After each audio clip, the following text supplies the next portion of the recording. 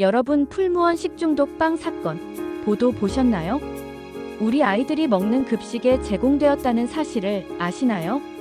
풀무원, 바른 먹거리 어쩌고 광고는 열심히 하고 있지만 이미 2018년 한 차례 냉동 케이크 급식 제공 사건으로 2,000명이 넘는 학생 등이 식중독으로 고생했던 것이 불과 몇 년 전이었고, 당시 케이크 원료를 제공한 업체 부사장과 케이크 제조사 대표는 실형을 받았지만 국내 최고의 대형 로펌을 선임한 풀무원은 원칙으로 따지면 아주 강력한 수사와 영업소 폐쇄 정도의 행정처분을 받아야 하는데 잘 빠져나가서 형사사건 무혐의와 행정처분도 몇 억의 돈으로 때운 식품 전문 변호사도 10년 넘게 일하면서 처음 본 결과가 있었습니다.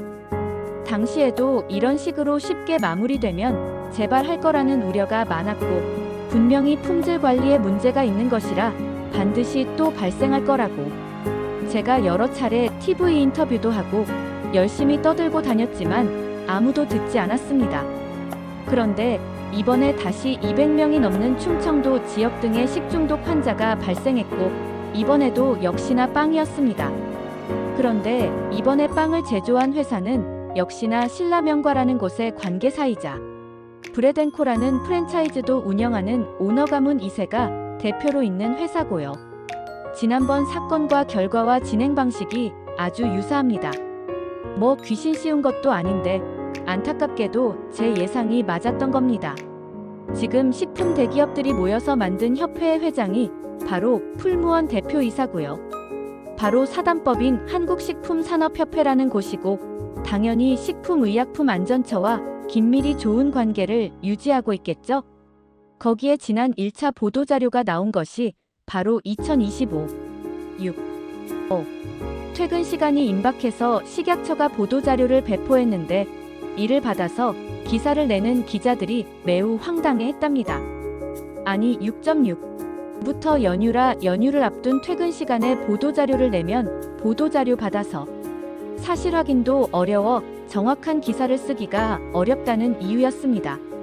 이런 경우는 사실 제가 식약처에 근무했던 경험이 있어서 아는데 거의 잘 없는 상황입니다. 말할 수 없는 무언가가 있지 않고서야 굳이 그런 시간에.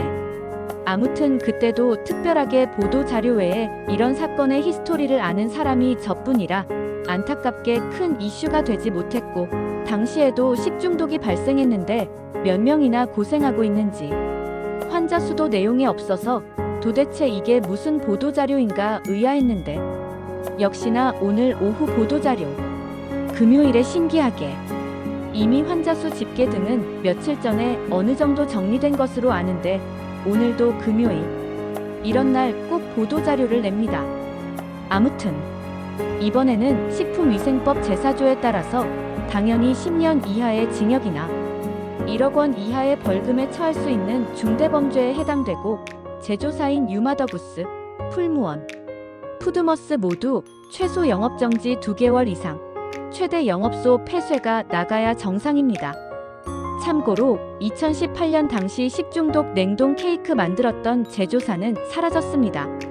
그리고 이번 사건 역시 아주 심각한 범죄라 식품위생법에 더해 특별법인 보건범죄단속에 관한 특별법을 적용하면 징역 5년 이상 무기징역도 내릴 수 있는 정도입니다.